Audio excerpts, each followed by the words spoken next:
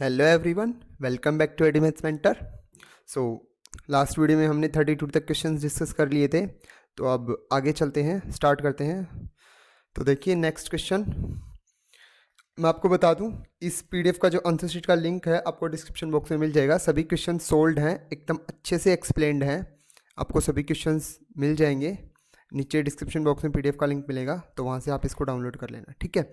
और अगर आपको कंटेंट अच्छा लगे तो लाइक करके जाना और शेयर करना, सभी स्टूडेंट्स के लिए ज़रूरी है बहुत, ठीक है।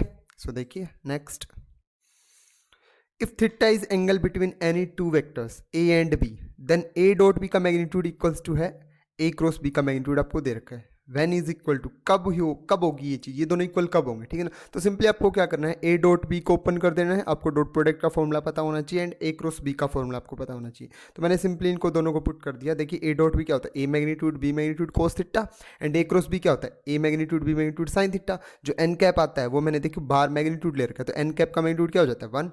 Both side A magnitude B magnitude cancel out, cos theta equal to sine theta, और कोस को डिवाइड में लेके आना, तो साइन बाई कोस क्या आ जाएगा, टेंजेंट इक्वल टू क्या बच जाएगा यहाँ पे 1। देन टेंजेंट थीटा 1 कितने पे होता है, पाई बाई 4 पे, तो थीटा कितना आ गया, पाई बाई 4, सिंपल। उसके बाद कुछ ट्रू फॉल्स करते हैं। A and negative of A R collinear, ठीक है। तो आपको पता है एक वेक्टर और उसकी डायरेक्शन अपोजिट कर दी जस्ट, तो ये वेक्टर्स कैसे होते हैं, कोलिनियर होते हैं ऑब्वियसली। तो ये क्या है, ट्रू, ठीक है। सारे ट्रू फॉल्स आप खुद देखना, ठीक है, ये सब आप खुद देखना। आंसर्स मैंने आपको प्रोवाइड करा रखे हैं, ये देखिए सभी के, ठीक है। बीच में से कोई रैंडम उठा के कोई डिस्कस कर लेता हूँ। If theta equals to pi, then A dot B equals to A magnitude B magnitude. A dot B क्या होता है, A magnitude B magnitude cos theta, और थीटा पाई है, तो कोस पाई कितना होता है -1, तो नेगेटिव साइन और आना चाहिए था ना आगे, तो ये क्या हो जाएगा, फॉल्स। तो ये क्या हो जाएगा अपने पास 6th फॉल्स हो जाएगा, ठीक है। तो यहाँ से आप इसको देख सकते हैं, ये देखिए फॉल्स, ठीक है। कोई भी क्वेश्चन देखिए, A and B represent the adjacent side of triangle, then the its area is given by A cross B का मैग्नीट्यूड। ये फॉर्मूला है, सिंपल आपको याद होना चाहिए, बट यहाँ पे साथ में इसकी हाफ आता है 1/2 ऑफ दिस, ठीक है ना। तो ये क्या हो जाएगा, फॉल्स, ठीक है। It is always true that vector product is not commutative, vector product तो कॉम्यूटेटिव नहीं होती, ठीक है। ए cross B not equal to B cross A, तो ये ट्रू है, ठीक है। If A unit vector makes an angle pi by 3 with I, pi by 4 with J, and acute with K, then find theta the components of A. आपको components पता करना, तो simply जो जो चीज़ें दे रखी है ना वो आप अप्लाई कर दीजिए जस्ट, ठीक है। उसने क्या, आप कोई वो ए वेक्टर कंसीडर कर लीजिए पहले तो, एक्स आई प्लस वाई जे, और वो पाई बाई 3 एंगल बना रहा है, ठीक है ना, सॉरी पाई बाई 6 दे रखा है, पाई बाई 3 एंगल।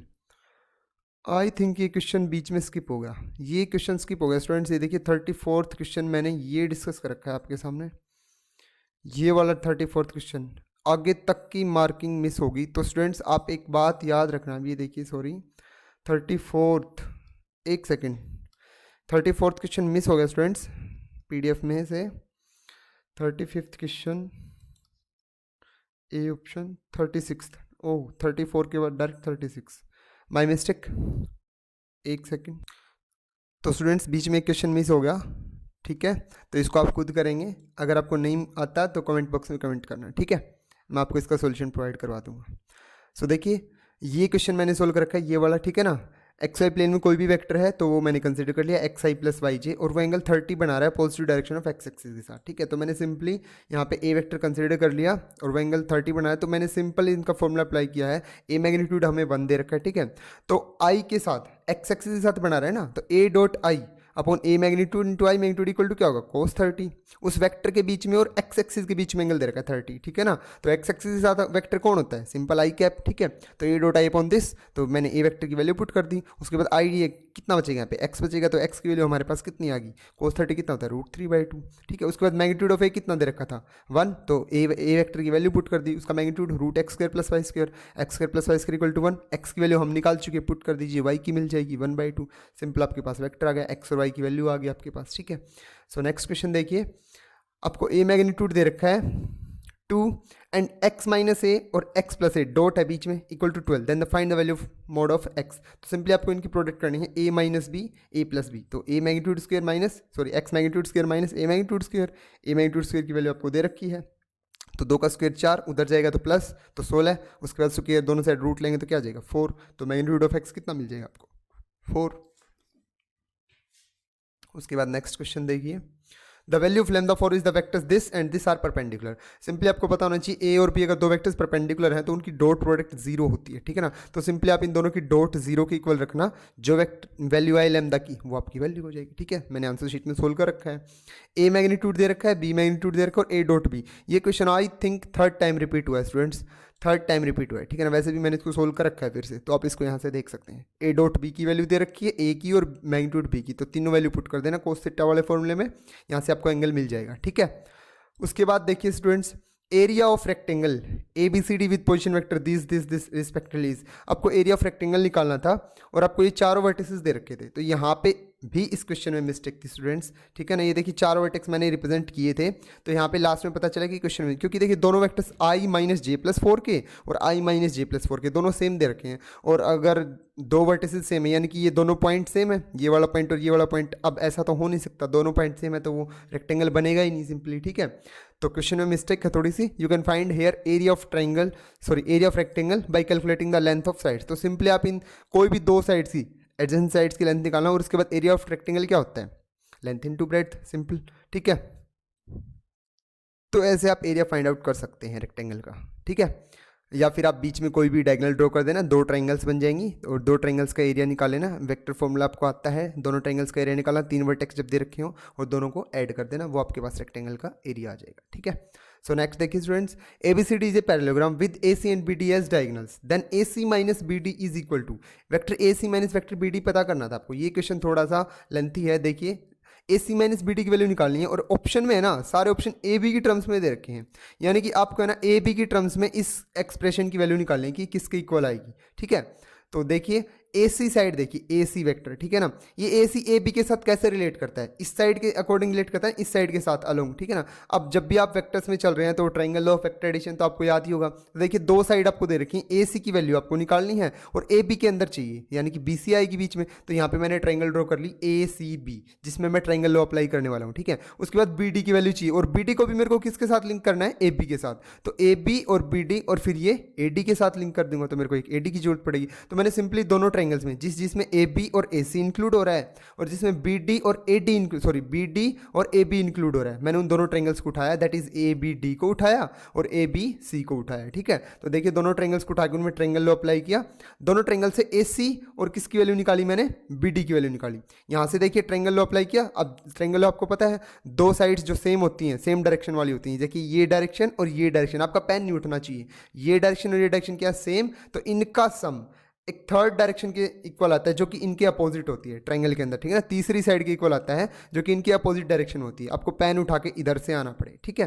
तो ऐसे ही आपको दूसरी में अप्लाई करना है ABD में, वहाँ से BD की वैल्यू निकालना और दोनों को माइनस कर देना। AC माइनस BD की वैल्यू चाहिए ना, जैसे ही आप माइनस करेंगे आपके पास ये एक्सप्रेशन आएगी AB minus AB plus AB 2AB आ जाएगा, बस ये दोनों बचेंगी। ऑफकोर्स सी बात है AB की टर्म्स में आपको वैल्यू चाहिए और वो तो मिल चुकी है, यानी कि ये दोनों कैंसिल होंगे, ठीक है ना। अब CB और DA जो है ना वो दोनों क्या है, इक्वल, पैरेललोग्राम दे रखा है, आमने सामने की साइड इक्वल, और डायरेक्शन दोनों की क्या दे रखी थी, अपोजिट, तो ये दोनों क्या हो जाएंगी, कैंसिल। देखना आप ऊपर उसमें डायग्राम में देखना, ठीक है ना, पैरेललोग्राम के में आपको पता चल जाएगा।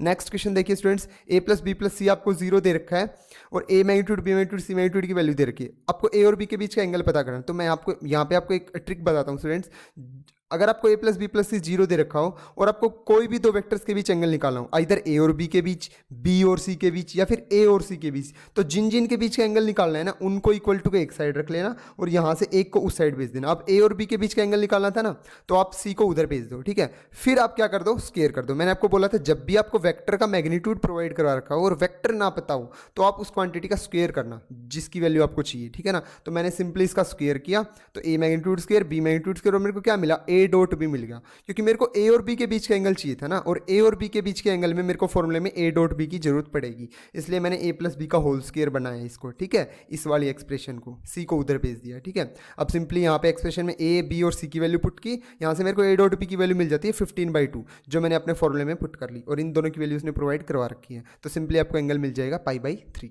ठीक है, इजिली आप सोल्व कर सकते हैं।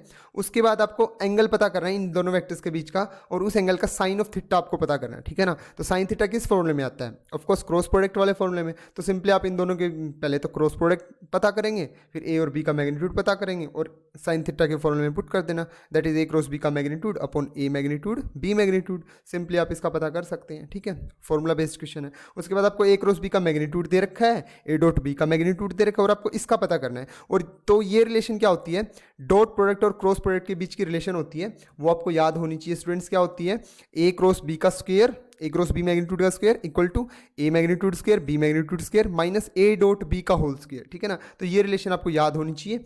ये रिलेशन होती है क्रॉस प्रोडक्ट और डॉट प्रोडक्ट के बीच रिलेशन, ठीक है।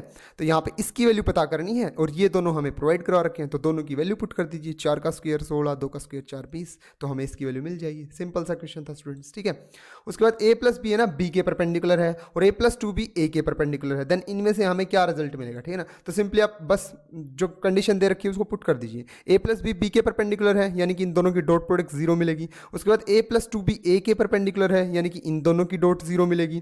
तो मैंने दोनों कंडीशंस देखी, a को अंदर डॉट करवा दीजिए, a मैग्नीट्यूड का square plus 2a dot b equal to 0। यहाँ से आप वैल्यू निकाल लीजिए, a मैग्नीट्यूड का स्क्वायर कितना आ जाएगा, माइनस 2a डॉट b, और a डॉट b की वैल्यू कितनी आ जाएगी, फिर -2 डिवाइड में चल जाएगा, a मैग्नीट्यूड का स्क्वायर बाई 2, ठीक है ना।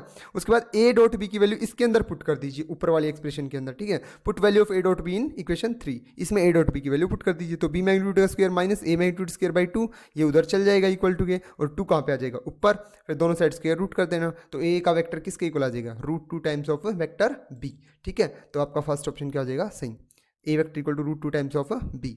Find the direction cosines of the vectors joining these vectors directed from A to B. तो मैंने आपको ऊपर भी बताया था डायरेक्शन कोसाइंस कैसे पता करते हैं। सबसे पहले तो ये ए बी वेक्टर पता करना, और ए बी वेक्टर कैसे पता करते हैं, position vector of B minus position vector of A. तो बी माइनस ए करने के बाद जो आपके पास वेक्टर आए, तो उस वेक्टर के जो कोफिशिएंट्स होते हैं ना, कंपोनेंट्स होते हैं, वो तो आपको डायरेक्शन रेशियो बताते हैं। और अगर आप उस वेक्टर का यूनिट वेक्टर बना लेते हो, देन उसके जो कंपोनेंट्स होते हैं ना, वो आपको डायरेक्शन कोसाइन देते हैं, ठीक है ना। तो मैंने सिंपली पहले तो ये वेक्टर पता किया, और फिर इसको इसके मैग्नीट्यूड से डिवाइड कर दिया, देन ये मेरे पास क्या आ गया, डायरेक्शन कोसाइंस, ठीक है।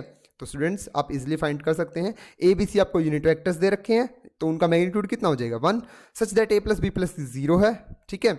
Find the value of A plus B plus C, sorry ये क्वेश्चन थोड़ा सा मिस्टेक है, ये आपको प्रोवाइड करवा रखा है।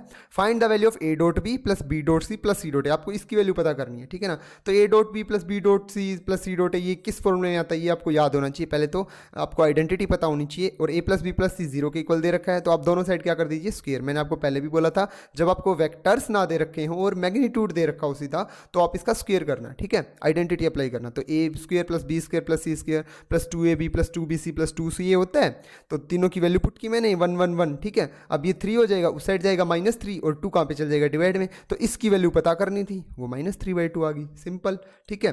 तो नेक्स्ट क्वेश्चन देखिए, if theta is the angle between any two vectors A and b, और ये दोनों इक्वल दे रखे हैं, तो थीटा किसके इक्वल होगा। ये क्वेश्चन आई थिंक ऊपर आ चुका था, रिपीट हुआ है क्वेश्चन, फिर भी मैंने सोल्व कर रखा है। सिंपल आप ए डॉट बी की वैल्यू पुट करना, ए क्रॉस बी की वैल्यू पुट करना, and you will get the answer easily, ठीक है। तो थैंक यू सो मच। अगर आपको कंटेंट अच्छा लगे तो लाइक करके जाना, चैनल को सब्सक्राइब कर देना नेक्स्ट अपडेट्स के लिए, ठीक है। नोटिफिकेशन आइकन को प्रेस कर देना ताकि कोई भी नोटिफिकेशन आए। ये तो चलो स्टडी वीडियोस हैं, यहाँ पे बहुत सारी आपको इन्फॉर्मेशनल वीडियोस भी मिलती रहती हैं, ठीक है ना, टाइम टू टाइम। तो अगर आप नोटिफिकेशन आइकन को प्रेस कर देंगे तो इन्फॉर्मेशन आपके पास टाइम से पहुँच जाएगी, ठीक है। तो अगर आपको कंटेंट अच्छा लगे तो शेयर कर देना, एंड लाइक ज़रूर करना, अच्छा लगे तो करना, ठीक है। मैंने आपको सारे बेसिक कंसेप्ट अच्छे से बता दिए हैं अपने अकॉर्डिंग, मैंने अपना बेस्ट दिया आपको। फिर भी कोई क्वेरी रहती है, कोई डाउट है, तो आप कमेंट बॉक्स में कमेंट पुट कर सकते हैं। अगर कोई क्वेश्चन समझना है तो आपको व्हाट्सअप नंबर मिल जाएगा चैनल पे, आप वहाँ पे पर्सनली मैसेज कर सकते हैं। नंबर सिर्फ स्टडी के रिगार्डिंग है व्हाट्सअप पे, ठीक है ना, सिर्फ क्वेश्चन सेंड करना, ठीक है। Thank you so much.